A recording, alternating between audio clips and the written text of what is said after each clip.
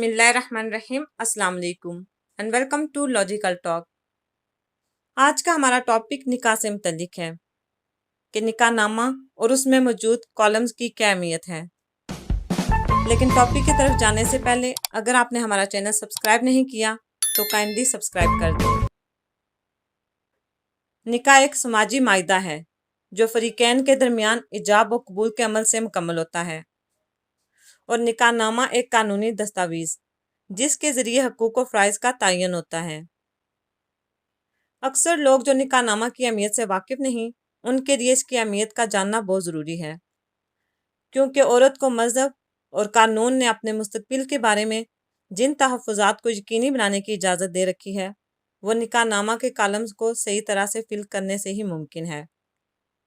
اس لیے ان کالمز کو انتہائی احتیاط سے فل کرنا چاہیے۔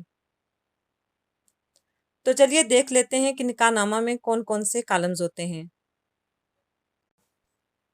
کالم نمبر 1 سے 12، یہ کالمز عام معلومات سے متعلق ہیں، جن میں دولہا دلہن کا نام، ولدیت، ضلع، عمر، یونین کونسل، فریقین کی طرف سے وکیل، گواہ اور شادی کی تاریخ وغیرہ درج کرنا ہوتا ہے۔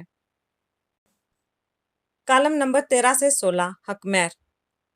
حق مہر کا نکاح نامہ میں اندراج بہت ضروری ہے، جو عورت کا مذہبی اور قانونی حق ہے۔ ارشادات رسول اور عمل رسول کا خلاصہ ہے کہ جو حق مہر شوہر آسانی کے ساتھ ادا کر سکے اور بیوی بھی اس پر راضی ہو، وہ شرعی حق مہر ہے۔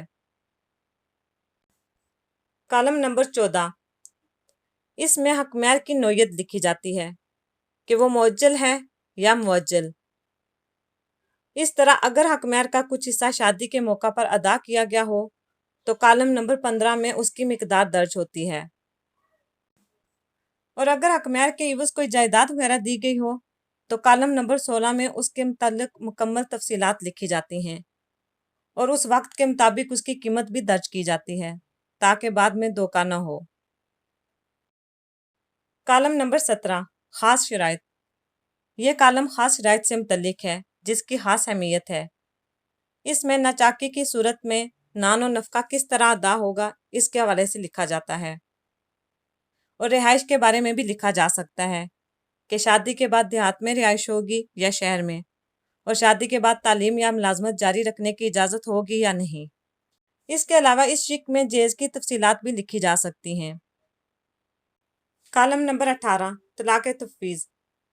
اس شق میں عورت مرد سے طلاق کا حق مانگ سکتی ہے، اور اگر شوہر نے بیوی کو طلاق کا حق دے دیا اور اس بارے میں کوئی شرائط مقرر کی ہیں تو وہ بھی اس خانے میں درج کی جائیں گی، اور عورت جب چاہے مقررہ شرائط کو پورا کرتے ہوئے اس حق کو استعمال کر کے اپنے آپ کو شوہر کی زوجیت سے آزاد کر سکتی ہے۔ لیکن عورت کو اس کا نوٹس چیئرمین ثالثی کونسل کو دینا بہت ضروری ہے کہ اس نے طلاق تفویض کا حق استعمال کیا ہے۔